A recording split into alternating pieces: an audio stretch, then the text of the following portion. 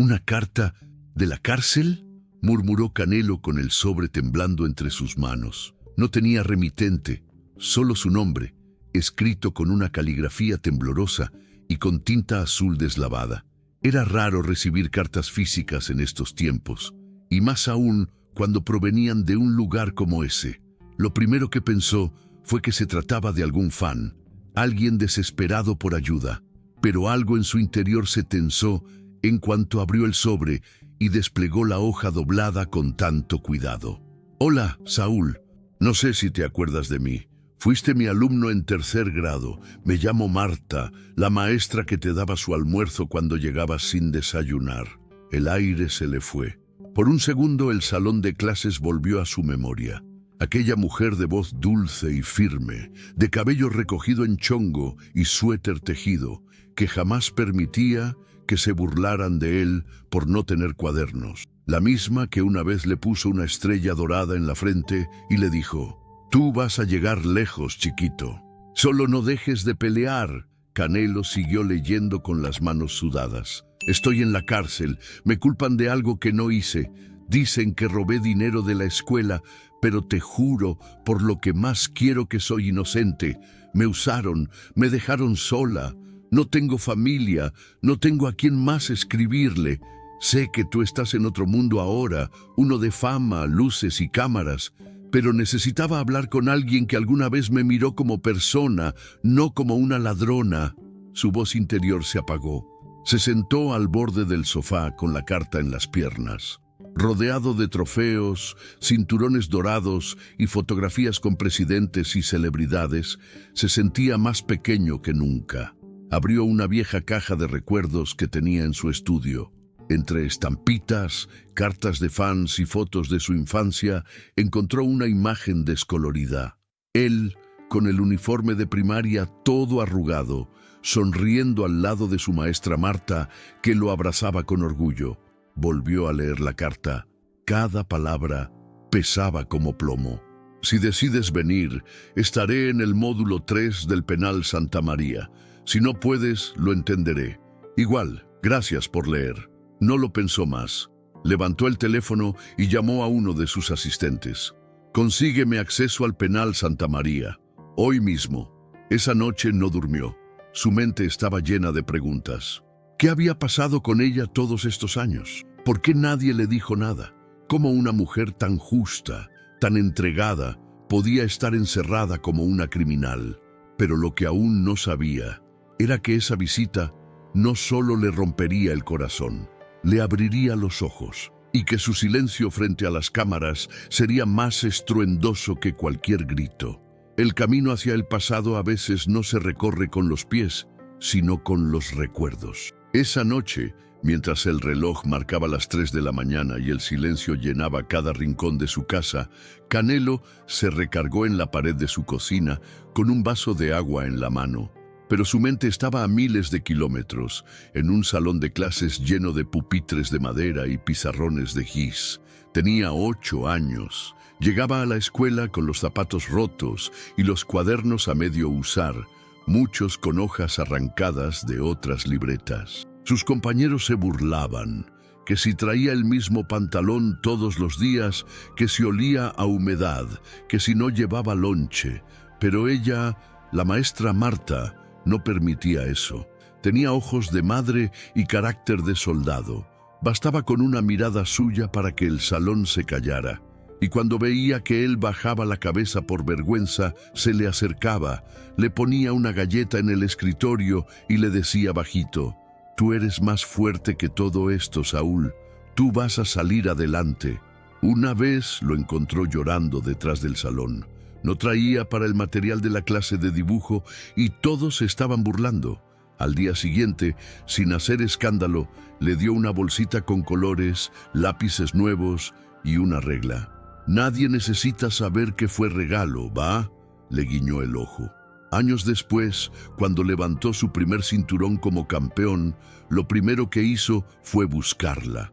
Pero le dijeron que ya no trabajaba ahí, que se había cambiado de ciudad. No insistió. Pensó que la vida la había llevado por otro rumbo. Nunca imaginó que ese rumbo fuera una celda. A la mañana siguiente, mientras los medios hablaban de su posible próxima pelea, Canelo ya tenía decidido que su siguiente batalla no sería en el ring.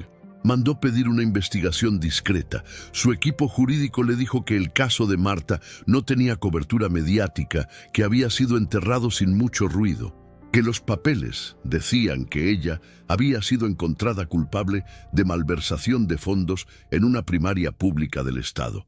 Pero él no se tragó eso. ¿Y los testigos? ¿Las pruebas? ¿Quién la acusó exactamente?, preguntó, molesto. Su abogado personal, el mismo que lo había sacado de más de un lío contractual, lo miró serio. Hay cosas que no cuadran, Saúl. El expediente está incompleto. Y el juicio fue exprés. Nadie defendió a esa mujer en serio. Canelo apretó los dientes, cerró los puños. No por rabia, sino por impotencia, por esa sensación de deuda pendiente, porque él sabía en lo más profundo que esa mujer no era capaz de algo así. Horas después, ya iba rumbo al penal.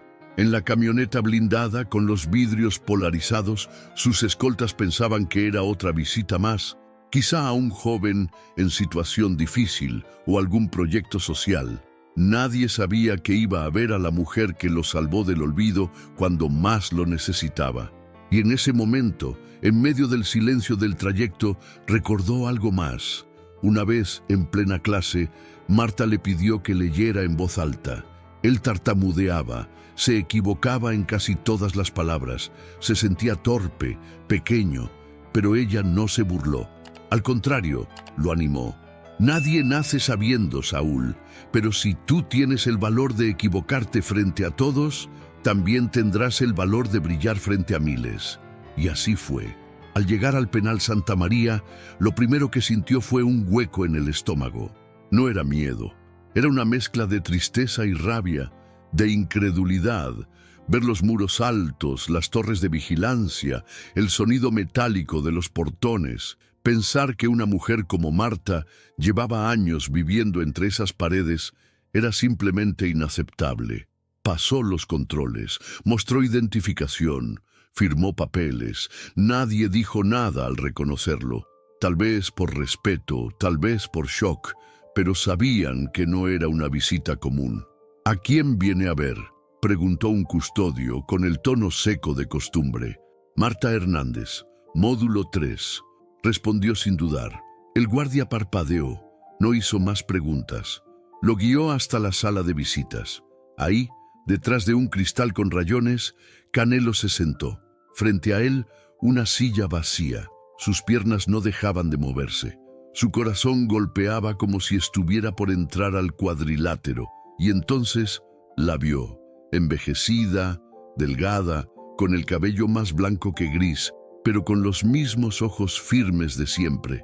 Caminaba despacio, con las manos entrelazadas al frente. Cuando lo vio, se detuvo por un segundo, y su expresión se quebró. «Saúl», susurró, casi sin voz, al tomar el teléfono del otro lado del cristal. Y en ese instante, el campeón se convirtió otra vez en ese niño con hambre, miedo y sueños rotos. Y supo, sin una sola duda, que estaba en el lugar correcto. El cristal que los separaba parecía más grueso que nunca. Canelo sostenía el teléfono con una mano, pero su mirada no podía despegarse del rostro de ella. La maestra Marta, la mujer que le dio dignidad cuando el mundo lo hacía sentir invisible, ahora estaba ahí, en un uniforme beige, con los ojos cansados y los labios partidos por la resequedad del encierro. «No puedo creer que estés aquí», dijo ella con una sonrisa rota. «Pensé que ni te ibas a acordar de mí». «¿Cómo no me iba a acordar?», respondió él tragando saliva. «Si tú fuiste la primera persona que creyó en mí, antes que yo mismo». Ambos guardaron silencio por unos segundos. No necesitaban decir más para entender el peso de ese encuentro. «Me da vergüenza que me veas así», dijo Marta bajando la mirada. «No por estar aquí, sino por lo que dijeron que hice». Canelo frunció el ceño. «Entonces dime qué pasó». «Todo, desde el principio». Ella respiró hondo, como quien se prepara para soltar una verdad que lleva años tragándose. «Hace 3 años, Me ofrecieron ser directora interina de la escuela donde trabajé toda la vida. Yo no quería, pero insistieron. Al poco tiempo empezaron los problemas, falta de recursos, papelería que no llegaba, pagos retrasados, hasta que un día llegó un cheque por una supuesta donación privada. Yo lo firmé, como me indicaron desde la supervisión escolar. Todo parecía normal. Hizo una pausa. Sus ojos se humedecieron. Semanas después, dijeron que ese dinero había desaparecido, que yo lo saqué y me lo quedé. Presentaron papeles, pero nunca me dejaron defenderme bien. Me asignaron una abogada de oficio que apenas revisó mi caso. El juicio fue una burla. No me dejaron llamar testigos, ni siquiera me dejaron hablar. ¿Y quién firmó contigo ese cheque? ¿Quién estaba en la supervisión?, preguntó Canelo con el rostro cada vez más tenso. Una mujer llamada Leticia Arreola. Era nueva, pero tenía palancas. Ella fue la que me pidió que firmara. Y cuando empezó todo, desapareció. Nunca se presentó a declarar, y nadie la buscó. Canelo sintió cómo la sangre le hervía. Todo olía a trampa, a esas jugadas sucias que había visto tantas veces en el mundo del negocio, pero que dolían más cuando se trataba de alguien como ella. ¿Tienes copia del expediente?, preguntó. Mi sobrina tiene una. Vive en un barrio cerca del centro. Se llama Daniela. Me ha venido a ver un par de veces, pero no puede hacer mucho. Trabaja en una tiendita y apenas gana para comer. Canelo asintió con la cabeza. Estaba claro lo que tenía que hacer. Voy a hablar con ella. Y voy a mover cielo, mar y tierra para que se haga justicia. Saúl, no te metas en esto, no quiero que te ensucies por mí. Ya es tarde para eso, maestra, dijo él con una sonrisa nostálgica. Si tú no te hubiera ensuciado los zapatos por defenderme de niño, ¿quién sabe dónde estaría ahora? Esto no es un favor, es una deuda. Marta se llevó la mano a la boca, tratando de contener el llanto. Nadie la había defendido en años, nadie la había escuchado. Pero ahí estaba él, el niño de los cuadernos rotos, convertido en un hombre que ahora tenía poder y voz. Al salir del penal, Canelo no habló con nadie. Se subió a la camioneta, bajó la cabeza y cerró los ojos. Vamos a buscar a Daniela Hernández, ordenó, sin siquiera abrir los párpados. Y tráiganme a mi abogado esta misma noche. ¿Va todo bien, patrón?, preguntó su chofer. Todavía no, pero va a estar. Esa noche, mientras millones veían en redes su último entrenamiento, él estaba sentado en una cocina humilde, con Daniela frente a él, sacando una carpeta azul de una caja de cartón. Aquí está todo. Yo no entiendo bien de leyes, pero sé que hay cosas raras. Mi tía nunca haría algo así, se lo juro, dijo la joven con voz nerviosa. Ella se desvivía por sus alumnos. Canelo revisó cada hoja, estados de cuenta, copias de firmas, declaraciones hechas sin testigos. El expediente parecía más una obra de teatro mal escrita que un juicio real. Y entonces, en la última hoja, vio un nombre que lo hizo apretar los dientes. Leticia Arreola. No era un nombre desconocido. Había salido en las noticias meses atrás. Había estado involucrada en otra controversia de manejo de recursos en una escuela. Pero el caso había sido cerrado sin consecuencias. Conozco a alguien que puede ayudarnos a destapar esto, murmuró Canelo. Y no voy a parar hasta que esa mujer salga libre y se sepa la verdad. Lo que comenzó con una carta terminó por convertirse en una cruzada personal. Y lo que aún no sabía era que su siguiente movimiento iba a poner en jaque a personas poderosas y que su acto de gratitud lo llevaría a enfrentarse a un sistema podrido desde adentro. La carpeta azul seguía abierta sobre la mesa. Canelo no despegaba los ojos de esos papeles que, más que documentos, parecían cicatrices de una injusticia enterrada. Daniela, nerviosa, se levantó a servirle un café en un vaso de plástico. Él ni lo tocó. ¿Tú sabes dónde está esa tal Leticia Arreola ahora?, preguntó sin levantar la voz, pero con tono firme. No sé exactamente, pero escuché que ahora trabaja en un cargo más alto. en la Secretaría de Educación. Dicen que tiene amigos muy arriba, respondió Daniela bajando la mirada. Canelo apretó la mandíbula. El mundo era injusto, sí, pero lo que más le hervía la sangre era que esa mujer siguiera libre, cómoda, y su maestra, la que le dio esperanza cuando él no tenía ni para comer, estuviera en una celda fría. Esa misma noche se reunió con su abogado personal en un restaurante cerrado al público. Llevaban más de 10 años trabajando juntos y aunque estaba acostumbrado a lidiar con contratos millonarios, demandas deportivas y derechos de imagen, esto era diferente. ¿Qué tan sucio está esto?, preguntó Canelo directo. Podrido. El juicio fue una farsa. No hubo cadena de custodia del dinero, no hay pruebas sólidas y los testigos clave jamás fueron llamados. Esta Leticia tiene protección. Pero si logramos que un juez revise el caso con pruebas nuevas, podemos pedir una revisión extraordinaria. ¿Cuánto tiempo tarda eso? Depende. Si hacemos presión mediática, si tocamos los puntos correctos, podríamos moverlo en semanas. Hazlo y consigue a alguien que rastree a Leticia. Quiero saber con quién se mueve, en qué anda metida. El abogado lo miró fijo.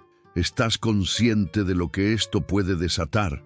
Estoy más consciente de lo que le debo a esa mujer. Días después, mientras las redes hablaban de su posible retiro, Canelo se movía en silencio.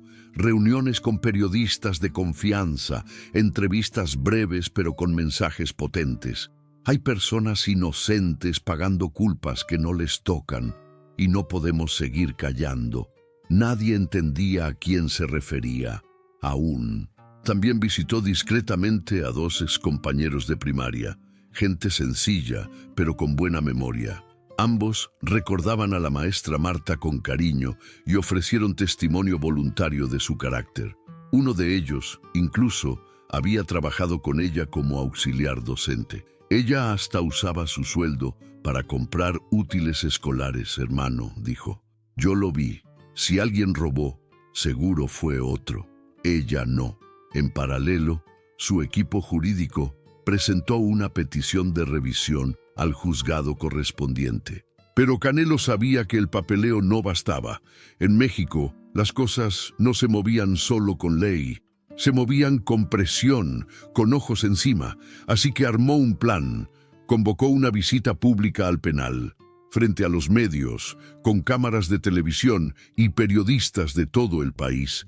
Pidió autorización para ingresar al módulo 3. Su objetivo, visitar a una persona que me cambió la vida. Las redes estallaron. ¿Canelo va a visitar a un criminal? ¿Quién está en esa cárcel que lo marcó tanto? ¿Va a hacer una obra de caridad?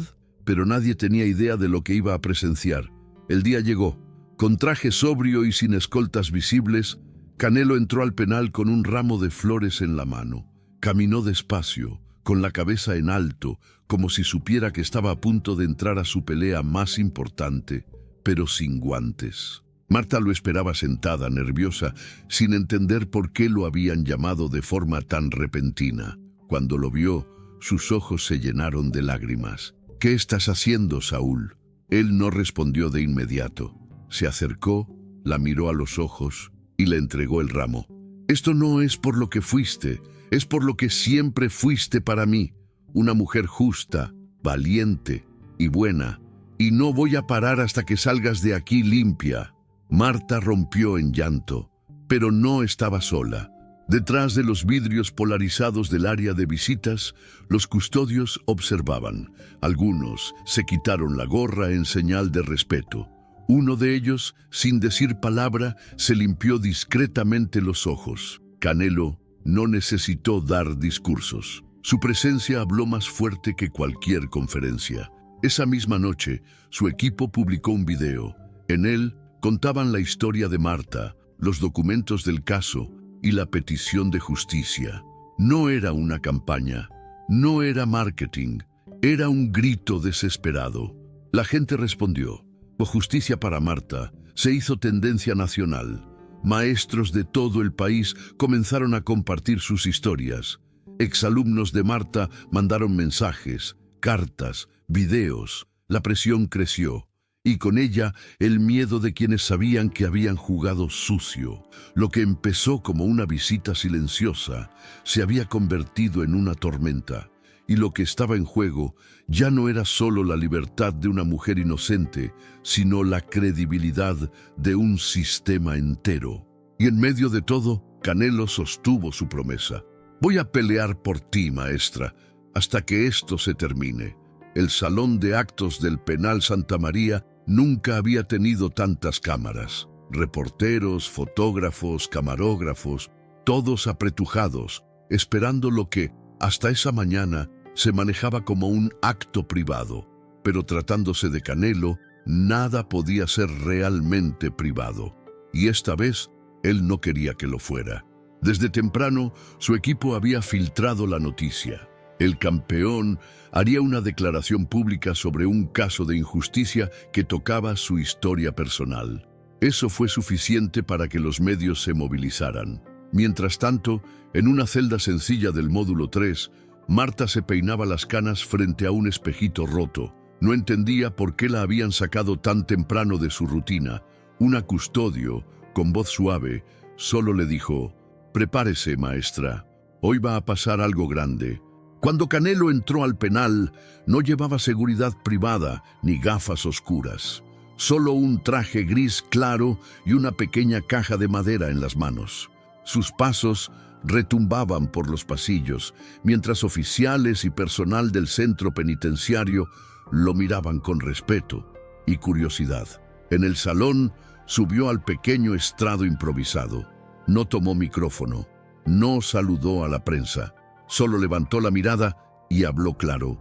«Hoy no vengo como figura pública, vengo como exalumno, como un niño al que una mujer defendió cuando nadie más lo hacía».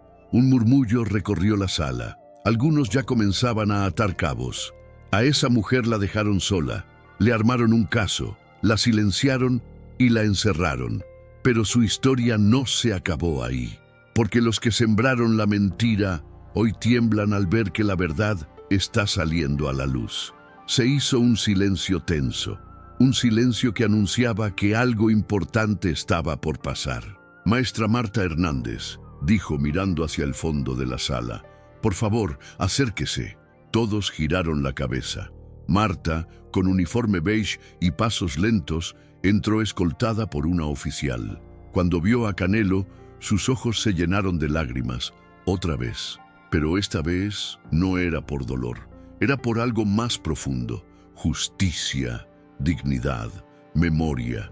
Canelo bajó del estrado, caminó hacia ella, respiró hondo y abrió la caja de madera. Dentro estaba uno de sus cinturones de campeón mundial. No uno cualquiera, era el primero, el que ganó en una pelea que cambió su carrera. Este cinturón es símbolo de pelea, de sudor, de resistencia, y hoy ya no me pertenece, dijo con voz firme. Le pertenece a quien me enseñó a no rendirme cuando el mundo se burlaba de mí. Y entonces, frente a todos, lo colocó suavemente entre las manos temblorosas de Marta. Nadie se movió, nadie respiró. Solo se escuchó el sonido de los flashes y a lo lejos un sollozo. Una reportera se tapó la boca. Otro periodista bajó la cámara, con los ojos llenos. Incluso los custodios, acostumbrados a la frialdad del sistema, agacharon la cabeza en señal de respeto. Porque ese gesto no solo era simbólico, era una sentencia moral, un mensaje que nadie podía ignorar. Horas después, las redes colapsaron. Videos del momento se viralizaron. El hashtag ATL me hizo campeón se volvió tendencia mundial. Artistas, políticos, activistas, hasta deportistas de otros países compartieron la historia. Marta Hernández, una maestra acusada de un delito que nunca cometió, ahora era el rostro de una causa mayor. Mientras tanto, Canelo daba la espalda a los reflectores. En su casa, lejos del ruido, veía cómo el país reaccionaba. Recibió mensajes de cientos de personas, pero hubo uno que lo hizo detenerse. Era de un joven maestro rural desde Oaxaca. «Gracias por no olvidarte de los que formamos a los niños de México». Hoy, todos los maestros caminamos con la cabeza más alta, porque si un campeón no se olvida de su maestra, entonces aún hay esperanza. Días después, la Fiscalía del Estado anunció la reapertura del caso. Un juez federal aceptó la revisión extraordinaria, alegando pruebas nuevas contundentes y posible manipulación en el proceso original. Leticia Arreola fue citada a declarar. Su nombre ya no podía esconderse más, y mientras el sistema comenzaba a temblar, Marta volvió a sonreír. No por estar libre aún, sino porque, por primera vez en mucho tiempo, alguien la estaba escuchando. Lo que hizo Canelo no fue solo un acto de gratitud, fue una declaración de principios, un recordatorio de que las verdaderas peleas se libran fuera del ring, en los lugares donde la dignidad se pone en juego, y en esa pelea, él no estaba solo. Las rejas del penal Santa María se abrieron con un chirrido seco. Era una mañana nublada, de esas que parecen contener la respiración del mundo. Frente al portón principal, un pequeño grupo de personas esperaba en silencio.